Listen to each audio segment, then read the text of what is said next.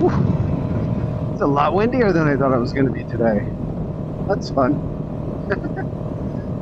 We had some crazy wind blowing yesterday. All right. Ooh. Look at this. Look at this. Okie dokie. Anyway. So yeah, gonna take a ride over to the Mustangs of Las Colinas. It's basically a bunch of famous horse statues.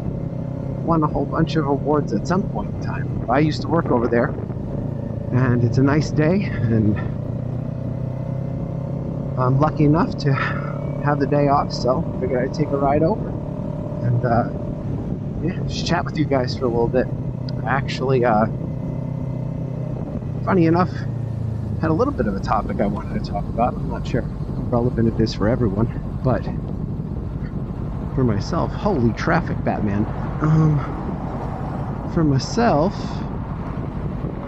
is actually a big topic because I've owned this bike now for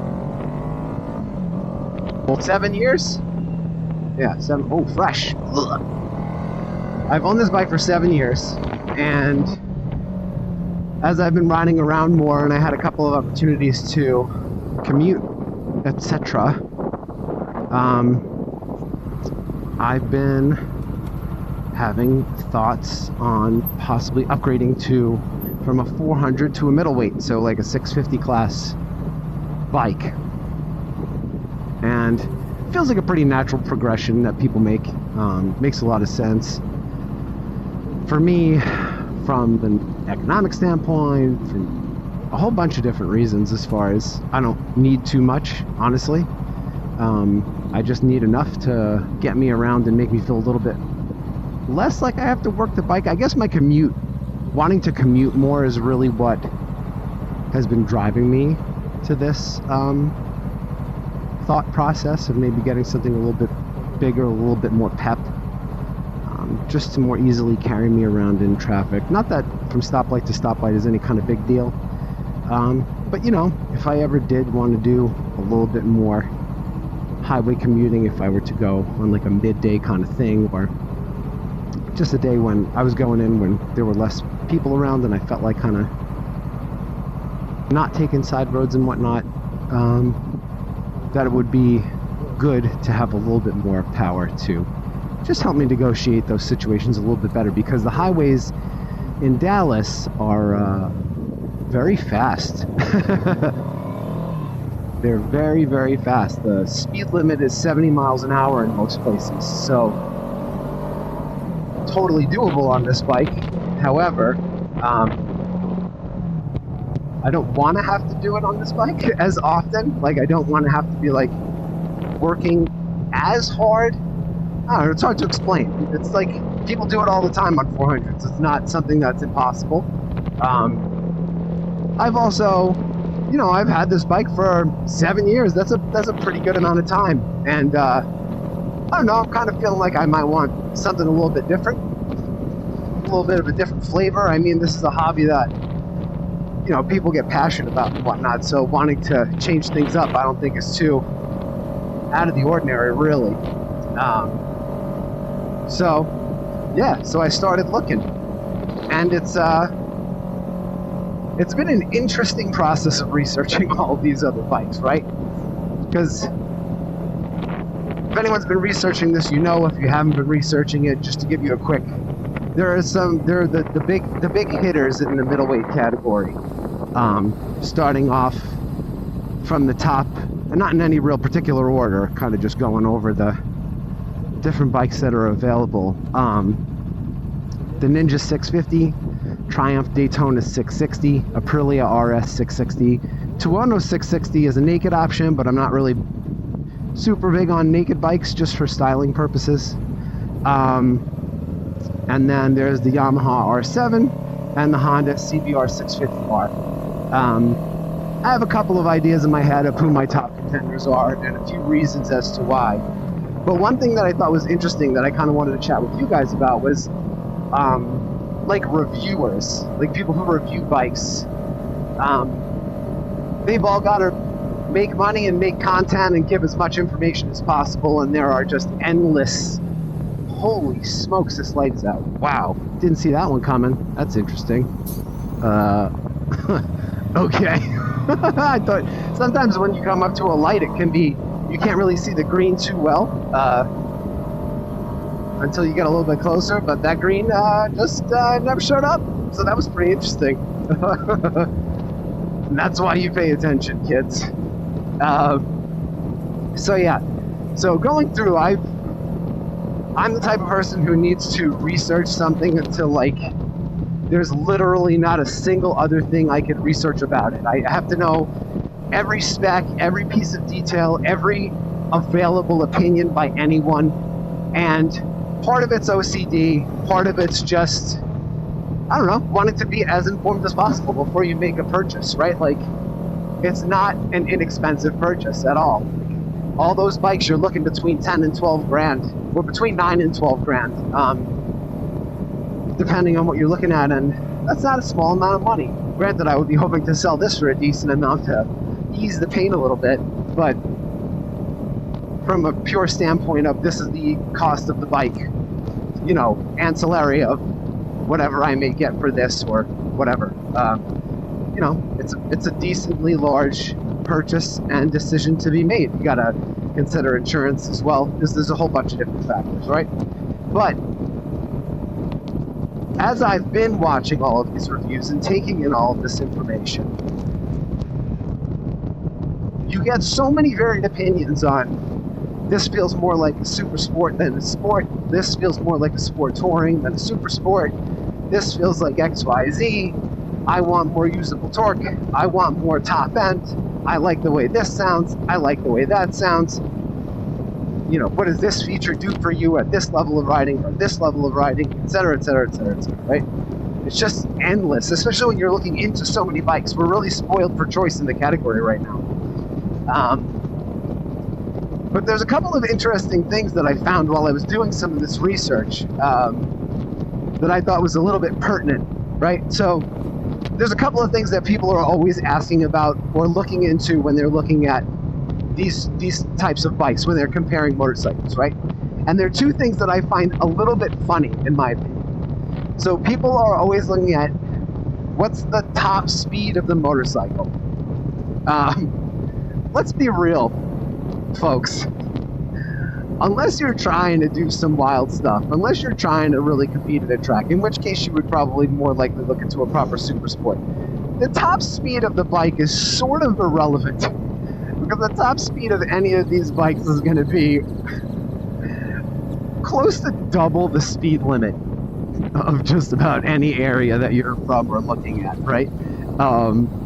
That's just the cold hard fact. Like, the top speed of the bike, are you really? Like, you're gonna question a motorcycle because the top speed difference is 10 miles per hour?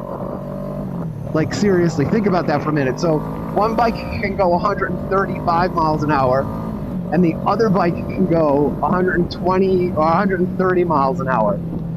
I don't know about you, but at the end of the day, that has very little effect on how I'm actually going to utilize a motorcycle for my daily life. Now, it might not be you. Hey, listen, you may be wanting to do fucking rev bombing mega highway pulls to top speed, and it's not super safe, especially because there's other people on the road and all that. But I'm not here to tell you how to live. You got to do you. So if that's super important to you, then maybe pay attention. But for your average person, I wouldn't even bother getting remotely caught up in any of that nonsense, because it's not going to affect you at all. And the other thing that people talk about, they'll talk about how usable something is in a city or whatnot, right? Like all these variables as far as when and where is this bike going to be most applicable. And one factor that comes into play there, all right, I'll let you in, my dude. One factor that's going to come into play there is the 0 to 60 time, right? So, wow, nobody knew that this lane was merging. That's really interesting.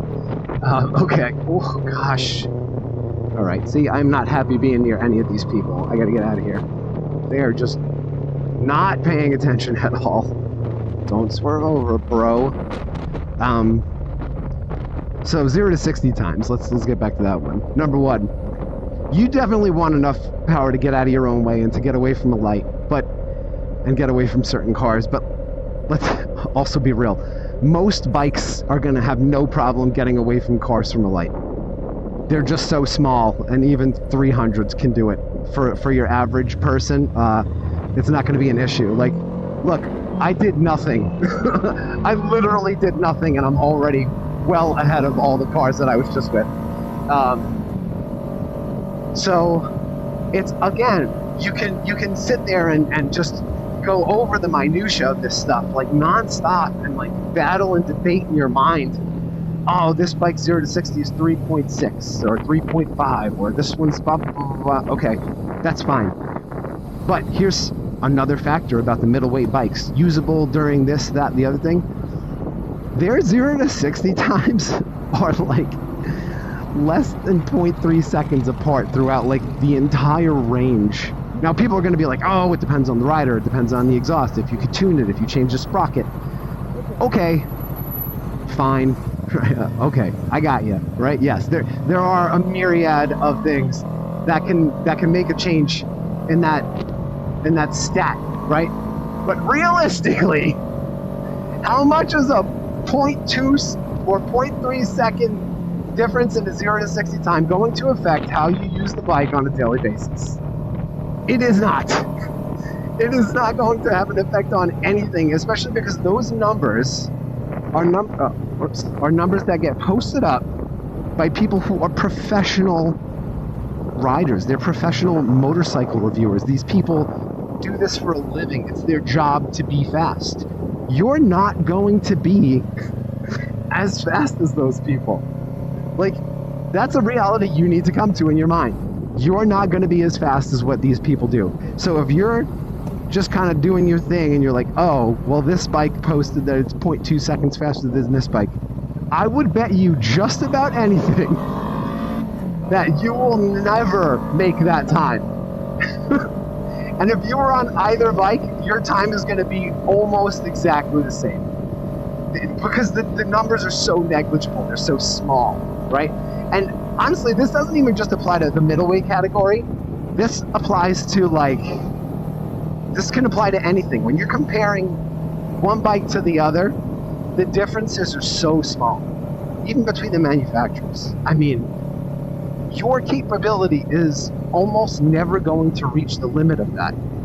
Like, it's almost not possible. Like, you're talking about the physical limit of a motorcycle. Your average person, especially people who are looking at bikes that are like a step up from a beginning category, like myself, it's not gonna happen. You're just not really in a position to be like, I'm gonna max this bike out in every way. Cornering ability, 60-degree lean. Top speed, gonna hit the rev limiter every time. Like, nah, bro. Sorry, fam, you're kidding yourself. Like, it ain't happening. Like, that's just reality. There's not. You just got to be realistic. That's real. That's real life. That's never gonna happen. It's totally fine.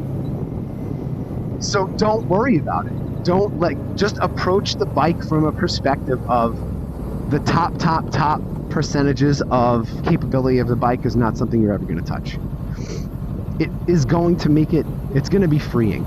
It's going to be so much easier for you to come to a conclusion about which bike you want when you can just be like, oh, I really don't need to worry. It's not going to make that much of a difference if I do X, Y, Z, right? Because this bike is not really going to be it's not going to be that much more performance, especially when I'm the one riding it. Yeah, you know what? You put Marc Marquez or Pecco Bagnaia on a bike, they're gonna find every difference between every bike to the ends of the earth, the tiniest detail to the millimeter, to the kilo. You know what I mean? Like, they're gonna find it because those are the top 0.001% of riders in the world. But mooks like us, silly daily folks like us, that should not even be a factor, not even the slightest. So just, I don't know. I found it really helpful for myself to come to that conclusion where, like, those specs don't matter. I'm going to tell you a couple of specs that do matter and why you can't just trust reviews, because a reviewer is not you. They're not your size, they're not your weight, your height, your arm lengths, leg lengths, torso lengths are all going to be different. That stuff all makes a difference, and you're an individual person who's going to fit on a motorcycle a different way than someone else, than anyone else, because it's you, and it's how you need to fit on the bike. So I would say riding position is something that's key. How comfortable do you want to be? Well, what is comfortable to you? Look, you may be able to be like literally tucked like this for like 6 hours a day and it not even remotely bug you. And hey, props. Good for you. If that's the case, that's amazing. Like, I love it. Do it. Get a bike that's like that. You know what I mean? Like, if that's the way it is, then cool. But if you're someone whose back is going to be hurting if you're doing that, well, then you're not going to want to get that bike that's super raked over. Like, it's not going to be helpful for you to be that. You know what I mean? Get over? Thank you. So yeah, it's going to be better for you to get a bike that's a little bit more upright. Like, that's going to be me. I mean, I could lean over just fine if I needed to. But I don't want to do that all day. Like, I just don't want to, so I won't. So that kind of helps my decisions too. And another thing to think about, and it's something that people should admit more to themselves, is the way the bike looks is really going to influence how you feel about it, how you walk up to it and approach it, like, every single day. Like, the way it looks, is it going to be appealing to you? It's a good question. It should be. Forget about what anyone else thinks. Legit. Like, what anyone else thinks is not gonna be. Come on, buddy. Oh, why are you doing this to me? What anyone else thinks is not gonna really matter. Can we get back into neutral? I gotta move. There we go. I'm a dummy. Anyway. So yeah, so that's the thing, right? So when I think about it that way,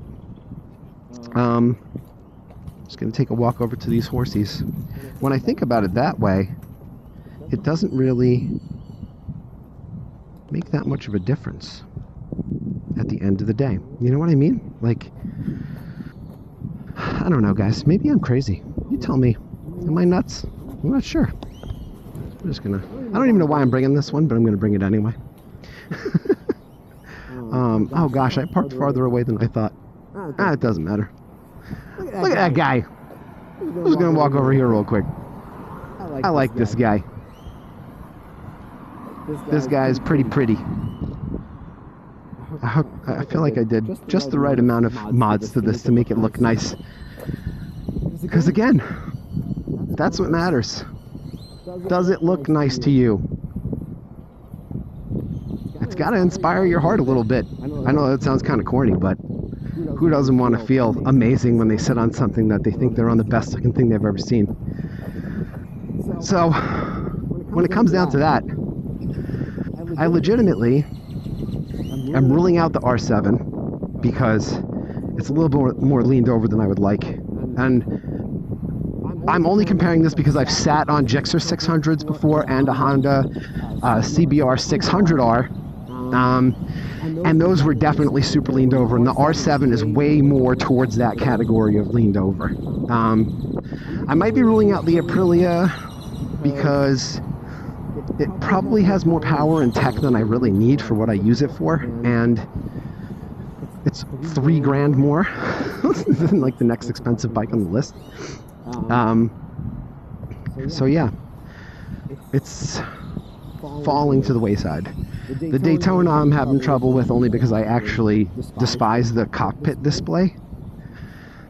So down at that point, oh, the GSX 8R Suzuki, that's right, I forgot to add that one as an option. So I am looking at that, and I'm very closely looking at the CBR 650R, but I do need to go sit on them. I really need to just get my butt on a seat and see what the deal is. So yeah, that's what I'm going to be doing over the next couple of months. It's not a decision that I'm going to make quickly or lightly, but for the next couple of months I'm going to be doing that specifically. I'm going to be going and checking these bikes out. I don't know if I'll be able to get a test ride of any of them. That would be really cool if I could, but yeah, you know, we'll see what happens. But I just thought that was interesting, just how close all the numbers are when you really look at it. You gotta have a feel for it yourself. What do you want your bike to feel with? To feel with? Listen to this guy. To feel like. What do you want it to look like? All of that are big factors. Does it feel comfortable? Is that how you want to ride? And do you love the way it looks? Or are you going to want to get on it every day? I think those are far more important than these top-end specs that nobody's really ever going to be messing with. So yeah, that's all I wanted to chat about. Thanks for taking a ride with me. Here we are at the Mustangs of Las Colinas in Irving, Texas. They really are beautiful statues. I hope the camera can kind of capture all the detail. It should be able to. 4K HDR, 30 frames per second should be just fine. And I hope this one, oh man, that's going to be a weird effect. This one isn't getting in the way of the view. So yeah, it's really nice over here. They have a whole bunch of shops on the other side. Some good, there's a poke restaurant. Go Fish Poke. Poke? It doesn't matter. That tailor over there, GQ Tailor, they do great work. Cork and Pig Tavern. Awesome pub food. This area is super nice, and when I actually first started working over here, none of these stores were here. It was just all dirt, and then they built it. It's been up for like 5 or 6 years now. It's really nice. They really did a lot to pretty up this area. I think they did a good job. It helps that it's an absolutely gorgeous day. My goodness. Yeah. All right, so there you go. That was our little fun trek and combo today. Sorry, it's been a minute. The weather was crazy, work has been crazy, and then I had some family in town. And that's just how it goes sometimes. So I'm just going to throw out the deuces. As always, be kind, do good, and I will catch you on the next one. Later.